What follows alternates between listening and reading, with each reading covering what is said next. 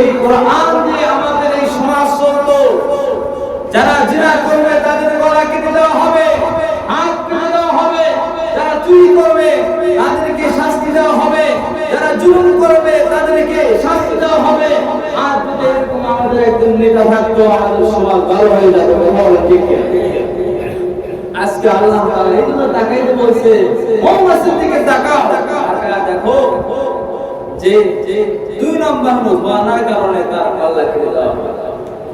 ওই সময় আল্লাহ তাআলা বলেন, সুম্মা কুলি মিন কুল্লিস সামারাতি ফাসলুকি সুবুলা রাব্বিকি যুমলা তাখরুজু মিন বুতুনিহা শারাবুন মুখতালিফুন আলওয়ানুহু ফীহি শিফাউন লিন্নাস। আল্লাহ তাআলা বলেন, বান্দা মানুষের জন্য মৌমাছির যে মধু হয়, মধুটা হলো শিফা। ওই সময় রানী ডেকে বলেন, আগো মৌমাছি ভালো করে শোনো, আল্লাহ তাআলা আমাদের নাম কোরআনের ভিতরে নিয়েছে, আমাদের মধু হলো মানুষের শিফার জন্য কাজে লাগে।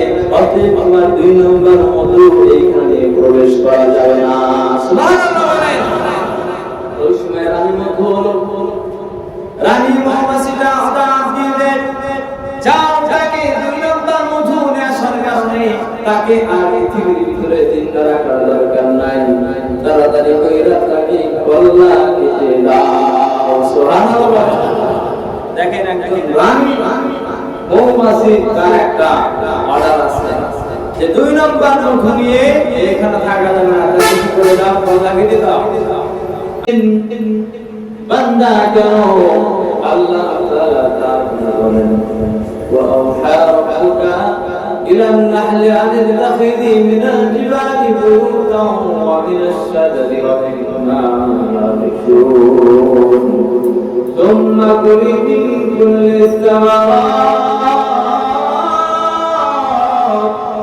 فاسلكي سبل ربك ذللا। আল্লাহ তাআলা বলেন, বান্দা এইগুলো আল্লাহ তাআলা নিয়ামত তোমাদেরকে দিয়েছে, এই নিয়ামত পাওয়ার তোমরা শুকর আদায় করবা।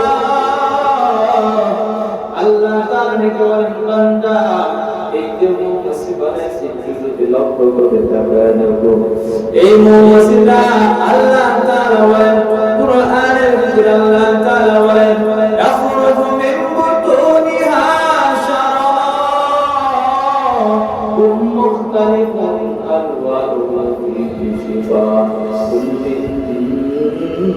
লিন্নাস। সুবহানাল্লাহ।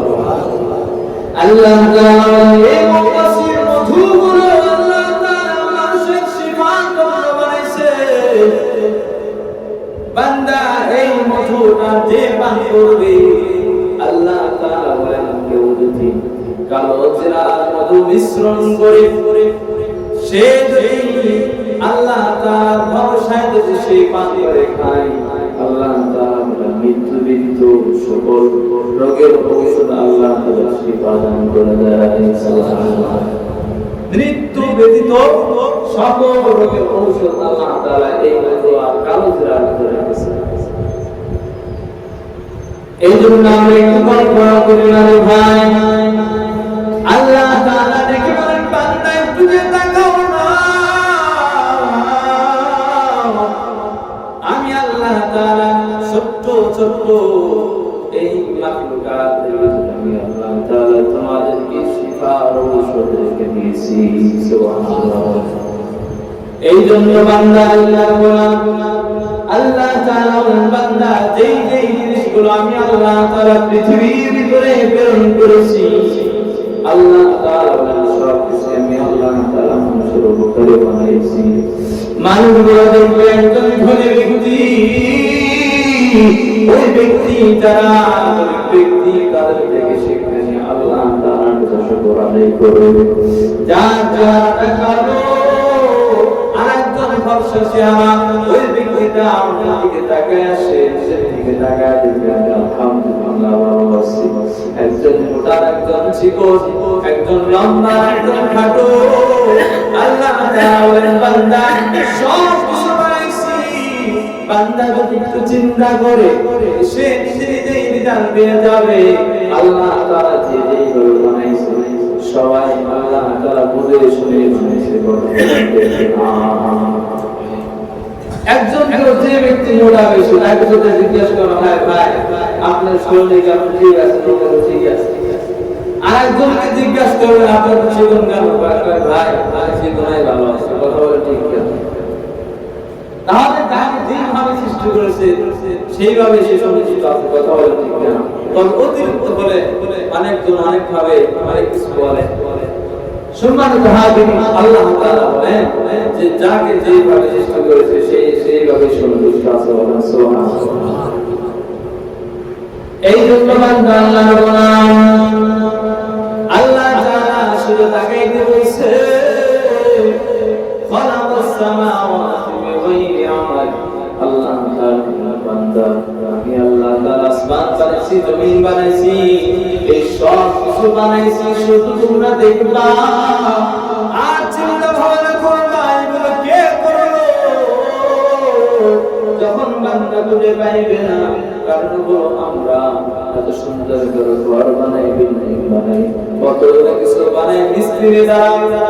ও দুনিয়া মুসলমান আল্লাহর গোলাম, আল্লাহ তাআলা আসমান বানাইছে, জমিন বানাইছে, বানাইয়া কোন মিস্ত্রির প্রয়োজন হয় নাই, কোন কামদার প্রয়োজন হয় না। আল্লাহ তাআলা কয় বান্দা যখন এই আসমানের দিকে তাকাবে আর জমিনের দিকে তাকাবে, তাকাইয়া বান্দা আল্লাহ তাআলাকে খুঁজে পেয়ে যাবে। ও দুনিয়া মুসলমান আল্লাহর গোলাম, আল্লাহ তাআলা বান্দা মুমিনের দিকে তাকাবে, এই মুমিনের দিকে তাকাইলে বান্দা সরাসরি আল্লাহ তাআলাকে পেয়ে যাবে। বলেন সুবহানাল্লাহ। কেমনে পেয়ে যাবে?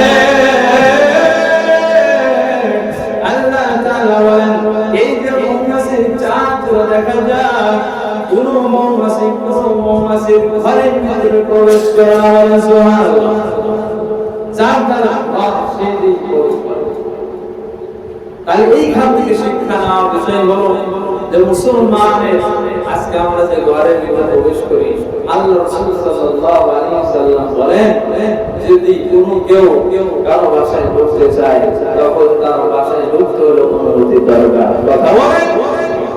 এইখান থেকে মৌমাছি থেকে জানা দরকার প্রত্যেকটি মাখলুকাত, প্রত্যেকটি মাখলুক তার এক একটা ঘর আছে, সব প্রায় এক একটা ভিন্ন ভিন্ন আলাদা আলাদা, দেখতে একই দেখা যায় কিন্তু তারা কোনোদিন কেউ কেউ করে অনুমতি ছাড়া বোঝে না। বলেন সুবহানাল্লাহ। একবার মুসলমান আল্লাহ বলেন, আল্লাহ তাআলা বলেন কোন মৌমাছি যখন কোন জায়গা থেকে মধু সংরক্ষণ করেন, মধু সংরক্ষণ করার পর যখন মধুটা নিয়ে বাসায় ফিরে চলে যায়, ওই সময় মধু চাকের ভিতরে একজন রানী থাকে, সর্দার থাকে, তার অনুমতি ছাড়া মধু বের করাও যায় না, ঢোকানো যায় না। যদি মধু যার যার বাসার মুস্তিমা রাখতে হয়, ওই সময় যে রানী আছে ওই রানীর কাছে অনুমতি নিতে হয়। রানীর অনুমতি, রানীর আশেপাশে অনেক আরো মৌমাছিগুলো তার সঙ্গ আছে যারা হলো মধু সংরক্ষণ করে, তাদেরকে চেক করবার জন্য। কারণ হলো সে মধু কয় নম্বর মধু নিয়ে আসলো, 1 নম্বর নাকি 2 নম্বর, যখন চেক করা দেখি কোনো মৌমাছি 2 নম্বর মধু নিয়ে ওই ঘরের ভিতরে প্রবেশ করে, ওই সময় চেক করার পরে রানীর কাছে চলে যায়, ও রানী এই 2 নম্বর মধু নিয়ে এই মৌমাছিটা উল্লেখ হয়েছে, অবস্থিত হয়েছে। এই জন্য এরপরে রানী মৌমাছিটা রায় দিয়ে দেয় এইখানে 2 নম্বর মধু রাখা যাবে না।